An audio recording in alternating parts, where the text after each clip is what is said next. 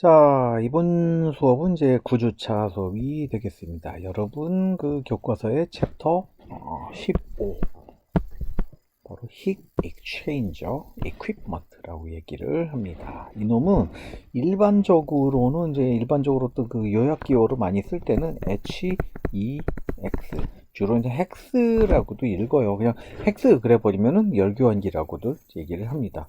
여러분들이 이제 그 열교환기는 먼저 챕터 여러분이 배웠던 챕터 11, 챕터 12에 있는 내용들을 이제 이놈들을 이제 실전으로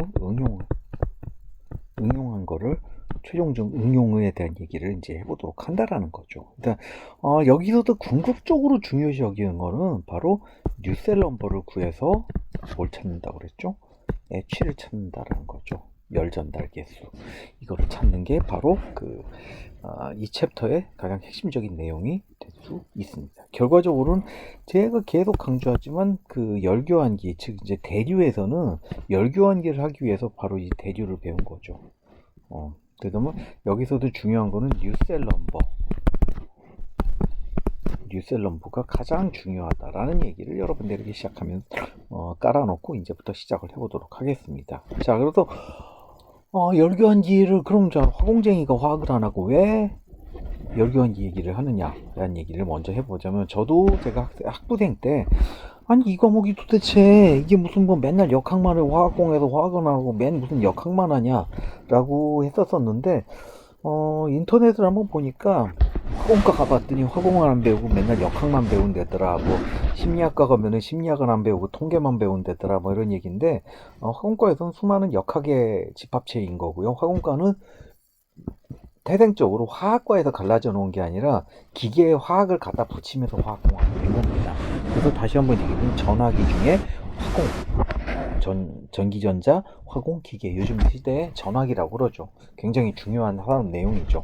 그래서 기계에서 갈라져 나왔지만 이제는 기계하고 거의 대등한 입장이다라는 얘기를 하면서 시작을 하도록 하는데, 열교환기는 결국은 또 기계적인 요소인데 왜 화공에서 배우냐 얘기하면은 화공 플랜트죠. 화공은 일단 기계쟁이들하고는 다른 스케일이 일단 기본적으로 커요. 대단히 크기 때문에 그 화공에서 이제 필요한 것들은 이제 그 기계적인 요소도 필요하고, 그 공장을 설계한다는 개념에서는 열교환기가 많이 사용을 합니다. 옛날에는 이제 화학공학을 불화자를 농담으로 불화자를 이를 화학이 아니라 불화자를 쓴다고 얘기를 했죠. 불화자를 쓰는 그래서 이제 왜냐면 큰 정유장치라든가 정유를 하기 위해서는 결국엔 이게 그 증류죠. 원유에다가 군부를 떼줬더니 불을 붙이지 않은 상태에서 불은만 붙으면서 이제 열을 줬더니 이제 뭐 비중이 있는 놈들은 높이 나오고 비중이 낮은 놈들은 밑에 깔리는 어떤 그런 증류식 방법을 써서 나오는 그런 과정을 쓰니까 굉장히 수많은 엄청나게 많은 열의 교환이 이루어지기 때문에 열교환기는 굉장히 필수적으로 다루게 돼 있습니다. 근데 이런 놈들을 가지고 이제 열교환기를 이제 얘기를 하게 되는데, 결과적으로는 이 챕터에서는 제가 계속 같은 말을 강조하면 뉴셀 넘버 찾는 거를 얘기하자라는 거죠.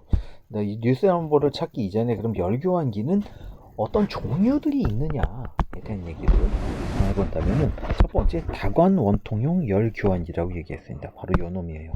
이거는 뭐냐면은, 자 여기 파란색 보이죠? 여기로 들어와서 파이프들이 여러 개 있죠. 이제 직선으로 쭉쭉쭉쭉 흘러서 일로 나가게 되는 모양이 되는 거고, 좀 다른 색깔로 한번 그려봅시다. 자, 그 다음에 또 하나는 이제 동층 유체, 뭐 관측 유체라고 하는 건 주로 일반적으로는 여기 가는 놈은 이제 그 쿨링을, 이 놈은 이제 열교환기를 통해서 냉각을 시키고, 이쪽은 이제 냉각수, 일반적으로는 냉각수라든가 어떤 냉각을 시키는 그런 유체를 사용을 해요. 근데 이놈은 어떻게 돼? 빨간색으로 되어 있지만 이제 냉각수로 많이 사용되어 있는, 제가 파란색으로 이렇게 들어와서 이렇게 판때기 보이죠? 이런 식으로 넘어가는 모양입니다. 이렇게 해서 이렇게 나오는 건데, 이 판때기가 이렇게 생겼어요. 뭐 한쪽은 이렇게 돼서 여기 판으로 막혀 있죠. 그 유체가 지는 거고, 또 한쪽 판때기는 이렇게 돼서 여기가 막혀 있는 거죠. 그래서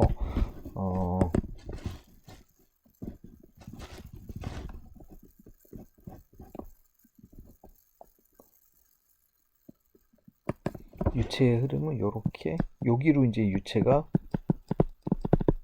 넘어가서 또 여기로 넘어가고, 자, 이런 식으로 굽이쳐서 넘어가는 모양이 되겠죠. 그 다음에 여기를 지날 때는 요 안쪽에 요 파이프랑 수직 이런 형태의 모양을 가지게 된다라는 거를 얘기를 했고요. 그 다음에 또 하나는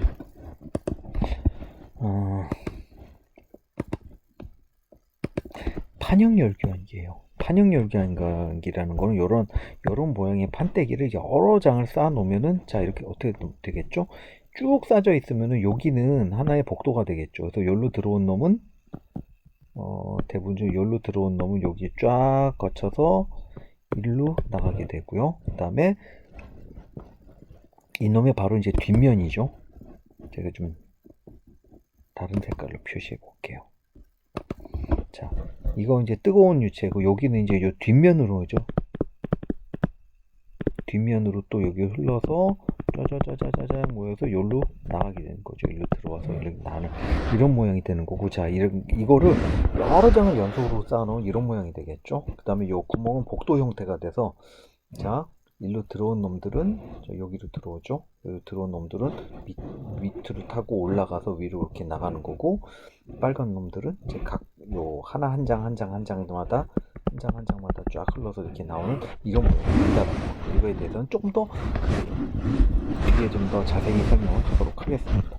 그 다음에 또 하나가 확장 표면형 열교환기, 이런 놈이에요. 이런 놈이 있고, 그 다음에 어떤 파이프에 이런 식으로, 이거는 이제 그 유체가 이제 밖으로 흐른다면은 이게 유체에 이제 그 저항하는 모양이 되는 거고요. 그 다음에 앞에서 보면 이렇게 날개 같이 이렇게 달려 있는 놈이 있어서 이런 식으로 되겠죠. 이 놈은 이제 이런 식으로,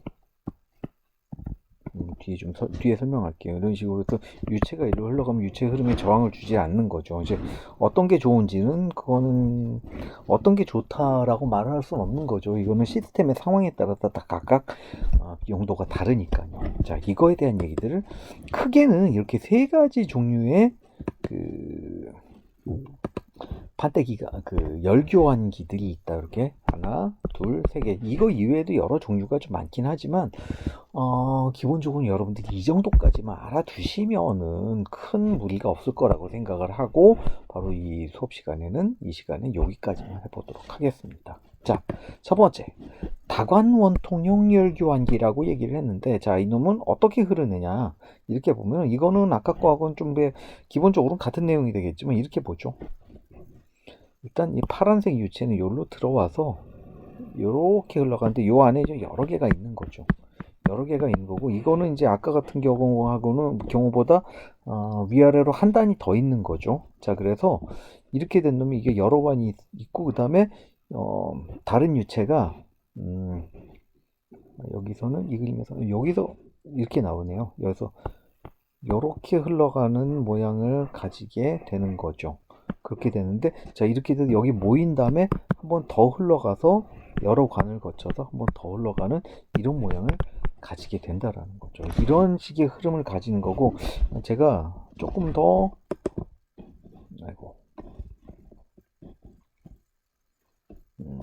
색깔을 가지고 좀 다르게 표현하면은, 여긴 파란색이니까 이렇게 흘러가는 거죠. 그 다음에 빨간색 유체는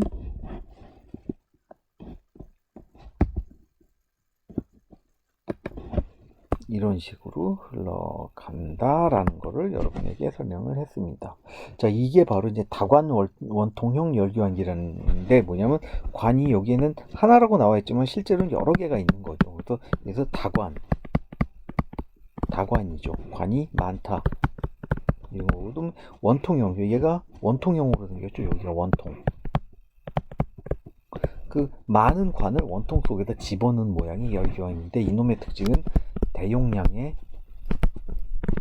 굉장히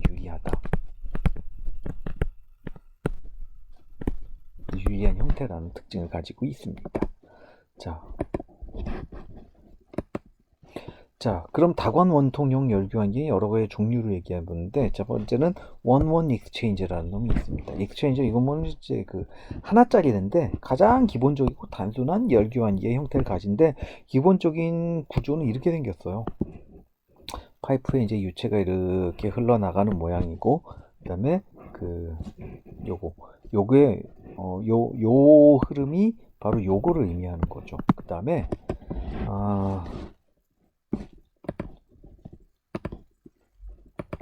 그다음에 요거 파이프가 여기 하나라고 돼 있지만 사실은 여기 하나, 둘, 셋, 뭐 이런 식으로 여러 개 이제 흘러가는 모양이죠. 바로 요 모양인 거죠. 제가 이렇게 이 색깔로 이제 표현을 했죠. 이렇게 흘러간다라는 거고, 그다음에 아까 빨간색은 빨간색 요거죠. 빨간색 요런 식으로 흘러간다라는 건데, 이놈의 이제 원원 익스체인저라는 건 뭐냐면 이게 하나하나씩 있다라는 거죠. 이게 정확하게 얘기하면 제가 여기 설명을 좀 잘못했네. 여기 얘네들은 없는 거예요. 그다음에 여기 하나가 이렇게 흘러가는데, 이렇게 하나짜리 흘러가는데 굉장히 단순하죠. 하나짜리 흐름이니까. 근데 단순한 형태로서 설계상은 굉장히 장점이 있어요. 워낙 다 만들기 쉬우니까. 근데 현실적인 한계점이 있습니다. 그 한계점이란 뭐냐면, 관 쪽 흐름이 모든 관으로 나눠지면서 그 유속이 낮아져서 연달 효율이 낮아진다는 얘기는 결국엔 레이놀즈 넘버가 낮아진다는 얘기. 즉 뭐냐면은 유속이 낮아져서 연료율이 떨어진다는, 레이놀즈 넘버가 작다는 얘기는 라미나 플로우에 가까워지는데, 라미나 플로우가 형성되면은 어떤 열교환 효율은 뚝 떨어진다고 챕터 12를 가르쳤죠. 7주차 수업에서 제가 얘기를 했었었죠. 이런 효율이 낮아진 이런 문제점들이 있습니다. 그 다음에 관수를 줄인 다음에, 자, 이 관수들 있죠. 요 파란 애들. 관수를 이제 줄이면은 유속은 유속은 사실 납출수가 아니라 제가 잘못 썼어요. 높일 수 있죠. 그렇지만 현실적으로는 설계가 어려워요. 그래서 좀 더 복잡한 형태의 열교환기가 요구되는, 사실 이거는 거의 개념적이죠. 개념적인데 실제로는 원원 익스체인지는 사실상 사용하지 않는 거고, 설명하기 위해서 좀 존재한다라는 거 정도. 어떤 실험용이라든가 실험용보다는 어떤 교육용 용도로 좀 많이 사용을 한다라는 거죠. 현장 교육용. 그래서 이런 개념이다라는 거고, 그럼 실제로 이제 더 많이 쓰는 게 원투 익스체인저나 투포 익스체인저를 많이 사용을 합니다. 원투 익스체인저라는 거는 뭐냐면, 자, 요거 흐름을 하나라고 했죠. 아까 얘기했지만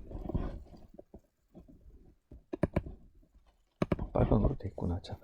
자, 이 그림대로 요렇게 흘러가는 여러 관을 거쳐 이렇게 해서, 자, 이게 하나죠.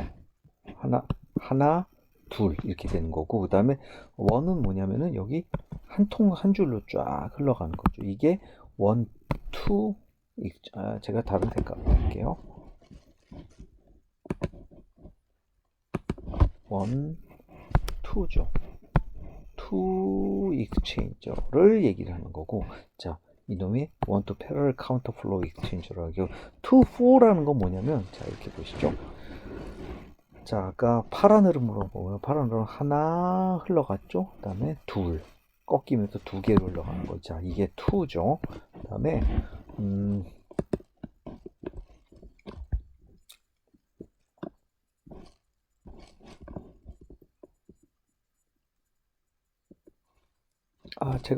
그렇죠.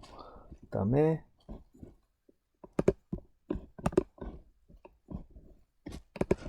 다시 색깔 한번 조금 바꿔보면은, 자, 빨간색으로 들어봅시다. 하나, 둘, 셋, 네 개로 흘러가는 거죠. 그래서 2, 4, 익스체인지 X라고 설명을 하는 거죠. 그래서 패러렐 카운터 플로우라고 얘기하죠. 자, 이거는 패러렐 하죠. 그 다음에 얘네들은 또 파란 거는 카운터 플로우. 파란 거.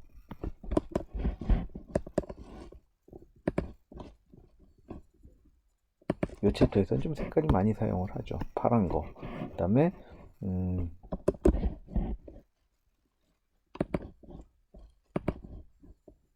빨간 거, 패러렐. 왜냐면 패러렐은 패러렐하고 흘러가죠. 그렇기 때문에 이런 익스체인저라는 놈을 다관 원통형 열교환기에서는 이런 원투나 혹은 투포를 많이 사용을 한다는 얘기를 가지고 이제 아이고, 다음 챕터로 다음 얘기로 넘어가면, 자, 그러면 그 다관 원통형 열교환기는 이제 그 히팅 이펙티브니스, 바로 이제 열교환 효율 의미하잖아요. 자, 이거를 좀 그림을 좀 여러분에게 좀 그림을 하기가 좀 그런데, 앞에 그림을 한번 좀 가지고 얘기를 해봅시다. 뭐 어디가 됐든 좋으니까. TCB라는 건 TC라는 거는 C는 콜드한 유체 얘기하는 거고, H는 핫 유체를 얘기하자라는 거죠. 자, TCB에서 TCA는 뭐냐면은 콜드 유체. 자, 이거를 콜드로 봅다. 여기가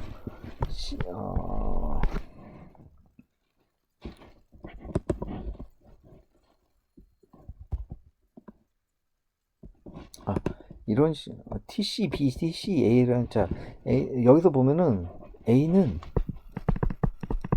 입구를 얘기하고 B는 출구를 얘기를 해봅시다. 입구, 일단 B는 출구라고 얘기한다면, 자, 이렇게 얘기하고, 여러분 어떤 그림을 가지고 생각하거나 굳이 그림을 가지고 볼 필요는 없이 얘기를 조금 더 해보자면, 자, TCA는 뭐냐면은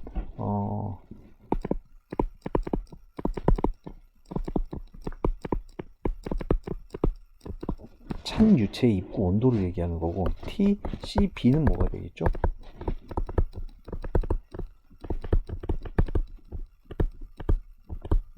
출구 온도를 의미하자라는 거죠. 자, 그다음, 자, 이건 뭐 차가운 유체가 들어있으니까 이제 더워진 거죠. 아마 TCA보다 TCB가 온도가 더 높게 되겠죠. 그 다음에 THA는 더운 유체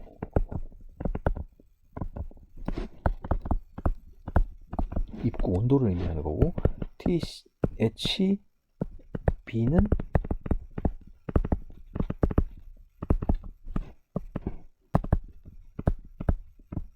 자, 그래서 이놈이 온도가 높고, 그 다음에 이놈이 TCB가 온도가 높겠죠. 자, 그러면 히팅 이펙티브니스를 이제 한번 돌아봅시다. 자, 더운 유체, 이게 가장 그 유체의 그 더운 유체의 입출구, 차가운 유체의 입출구, 그러면은 결국엔 온도가 4개가 되는 거죠. 4개 중에 가장 온도가 높은 거죠. 그 다음에 차가운 유체의 입구 온도, 가장 온도가 낮은 거. 이게 뭐냐면은 전체적인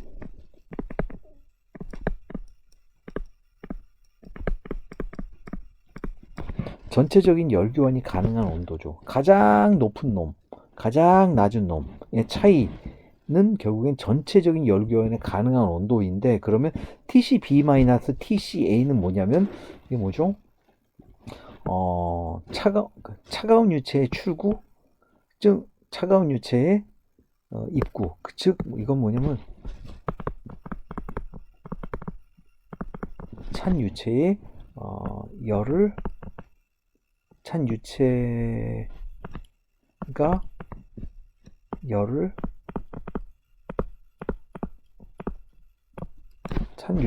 얻은 정도가 되는 거죠. 자, 그럼 이 제목을 또 다시 보면은 이렇게도 쓸 수 있어요. 이놈은 THA 마이너스 T HB라고도 쓸 수가 있겠죠. 뭐 이게 또 같다라고 말하기는 좀 그렇지, 뭐 이런 식으로도 이제 볼 수 있다라는 거죠. 자, 그래서 자, 전체적인 열 교환이 가능한 온도, 가장 그 더운 유체가 들어오는 온도에서 차가운 유체가 들어오는 온도, 이거는 전체적으로 가능하다는 얘기죠. 전체적인 이만큼의 그 더운 유체와 찬 유체 사이에 이만큼의 열량 차이를 의미하는 거고, 위에 거는 찬 유체가 얻은 열의 양을 의미하자라는 거죠. 그래서 이놈을 계산해 봤더니, 자, 이렇게 보죠. TCA 차가운 유체 입구 온도, TCB, 자, 70도로 들어오는 120도씨가 돼서 나간 거예요. 그 다음에 더운 유 240도씨의 더운 유체가 120도가 돼서 나갔다라고 얘기를 한다면은 이렇게 될 수 있는 거죠. 전체 아까 얘기한 대로 THA, 뭐죠? 가장 더운 놈 240에서 가장 차가운 놈 70이죠. 뺀 거 중에 120-70이라고 얘기를 해도 되는 거죠. 근데 거꾸로 이렇게도 한번 놓고 보죠. 이거는 이렇게 쓰면 안 되는구나. 요거는 여러분이 생각하지 마시기 바랍니다. 자, 이게 바로 0.294. 즉, 대략 한 30% 정도의 히팅 이펙티브니스를 가지고 있다라는 얘기를 할 수 있습니다. 이 정도라면은. 자, 그 다음에 열교환기라는 놈은 이제 어떻게 생겨먹었냐에 대한 얘기를 이제 좀 해보도록 하죠. 자, 열교환기 안쪽 어딜 얘기를 하냐면은 바로 이놈이죠. 요 안쪽에 이제 직선 파이프들, 이놈이 아까 맨 처음에 그림을 한번 놓고 보죠. 이놈 있죠. 요 놈의 직선 파이프들 어떤 식으로 배치했느냐에 대한 얘기들을 여기서 하자는 거죠. 배치하는데 이거는 이제 트라이앵글 피치랑 스퀘어 피치라고 얘기합니다. 자, 피치는 뭐냐면은 각 파이프의 중심 간의 거리, 이거를 P라고 얘기합니다. 얘는 피치라고 얘기하는데, 이게 배열을 하는데, 이게 삼각형 모양으로 배열할 수가 있고, 그 다음에 사각형 모양으로 배치를 할 수도 있죠. 그 다음에, 삼각형 모양의 장점은 뭐냐면은, 클로저 패킹이 가능하다라는 거죠. 왜냐면 이게 서로 이제 엇갈려서 쌓여 있으니까 서로 요 사이를 굉장히 간단하게 줄일 수가 있지만, 단점은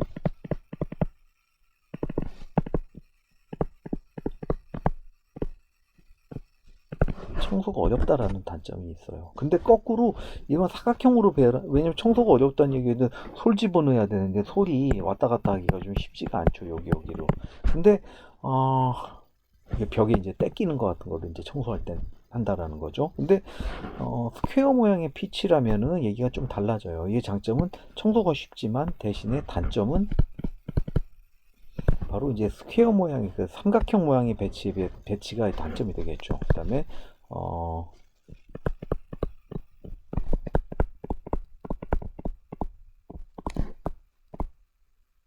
지그재그로 쌓여있는 게 아니니까 이 사이가 이제 많이 떠야 된다라는 게 부피의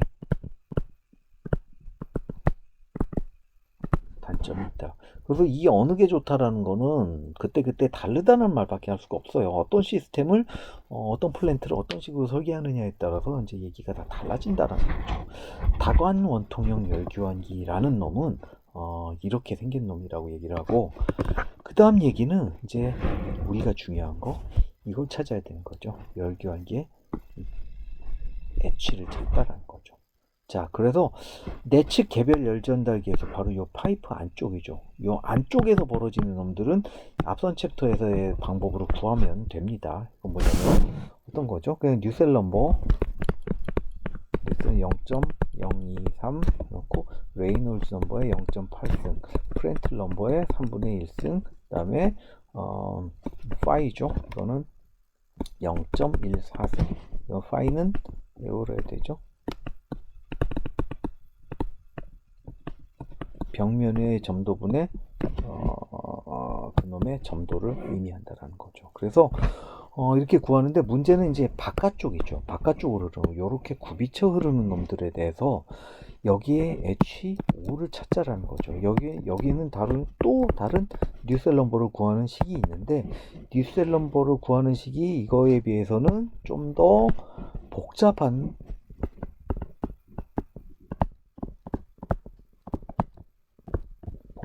방식이 좀 있다. 이거에 대한 얘기를 해보도록 합시다. 자, 근데 이놈은 왜 이게 뉴셀 넘버 구하는 게 조금 더 다른 방법을 쓰냐면, 자, 수직 방향 흐름이 있고 수평 방향 흐름이 또 있죠. 그 다음에 여기서 막 더 복잡하게 흘러가는 거죠. 이렇게 막 굽이쳐서. 자, 여기로 넘어갔다가 또 다음번에는 창문이 여기에 있죠. 여기로 넘어갔다, 여기로 넘어갔다, 뭐 이런 일들이 있으니까 이거를 좀 더 복잡한 얘기를 해보도록 합시다. 자, 아까 결론부터 얘기하면은 이제 뉴셀 넘버는 도노우 이퀘이션이라는 놈을 통해서 구합니다. 기본적으로 얘는 어떻게 생겼냐면 이 뉴셀 넘버는 이렇게 생겼어요. 뉴셀 넘버인데 이 뉴셀 넘버는 K분의 HD죠. 결국엔 K분의 HODO가 됩니다. 자, 근데 이게 생긴 건 좀 비슷하게 생겼어요. 이거 뭐죠? 레이놀즈 넘버죠. 그래서 뮤는 뭐가 되죠? 뮤는 이제 흘러간 바깥쪽으로 흘러가는 유체의 점도가 되는 거고, 직경이 있죠. 바깥쪽 흐름의 직경인데 G2는 뭐냐면 G예요. G라는 건 뭐냐? 아, 유체각 시간에 배웠죠. 질량 유속. 즉 다른 말로는 매스 플럭스라고 얘기했는데, 플럭스가 뭐라고 얘기했죠? 바로 플럭스라는 건 단위 면적당, 단위 시간당 흘러가는 그 무언가라고 얘기했는데, 매스니까 단위 면적당, 단위 시간당, 즉 단위 면적당, 단위 시간당 흘러가는 매스 킬로 질량이 된다라는 거죠. 자, 이 G라는 거. 자, 근데 이거 뭐죠? G는 로 곱하기 U가 되는 거죠. 왜? 로는 뭐죠? 킬로그램 퍼 미터 3승이 되는 거죠. 곱하기 U는 뭐죠? 미터 퍼 세크. 위아래로 없어지죠. 그래서 킬로그램 퍼 미터 제곱 세크 맞죠? 똑같이 나오죠. 그래서 G는 로 U죠. 그래서 여기가 로 U, 자, 로 U D니까 뮤분의 로 U D니까 레이놀드 넘버가 되는 거죠. 자, 그렇게 얘기했는데, 근데 조금 지웁시다. 자, 그런데 여기서 나왔죠.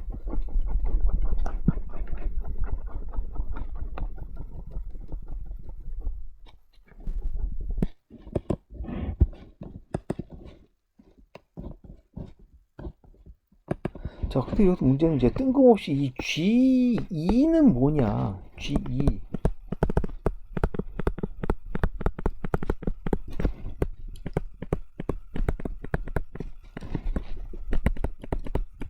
Effective Mass Flux라고 얘기를 합니다. G2 여기서 나왔죠.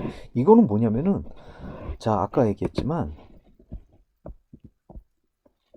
아이고, 여기서 이 방향으로 흘러가지만 이 방향으로 흘러가죠. 그래서 여기 넘어가는 놈, 그 다음에 요 방향으로 흘러가는 놈, 그 다음에 그런 것들은 이제 섞은 거라는 거죠. 그래서 GP 베프레이에서 나눠지는 속도, C는 뭐 수직 방향이죠.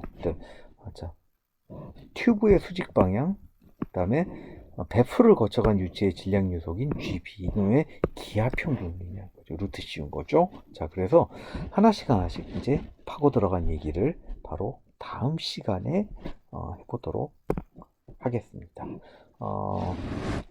뭐 그 전에 조금 여기에다 한번 좀 얘기를 조금 더 해보면은, GB는 요 SB라는 거는 뭐냐면, SB라는 거는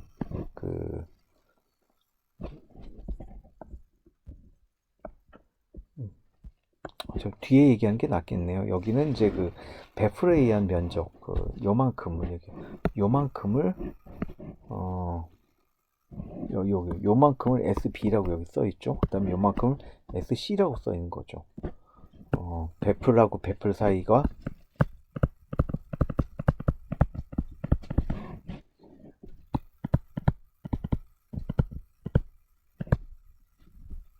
위에서 본 면적, 그 다음에 SB는 베풀을 넘어가는 면적이라고 얘기를 하겠습니다. 요거를 이제 여러분이 이 정도의 어떤 궁금증만 있고, 다음 시간에 여기에 대해서 좀 더 집중적인 얘기들을 시작해 보도록 하겠습니다. 자, 오늘의 수업은 여기서 마치도록 하겠습니다.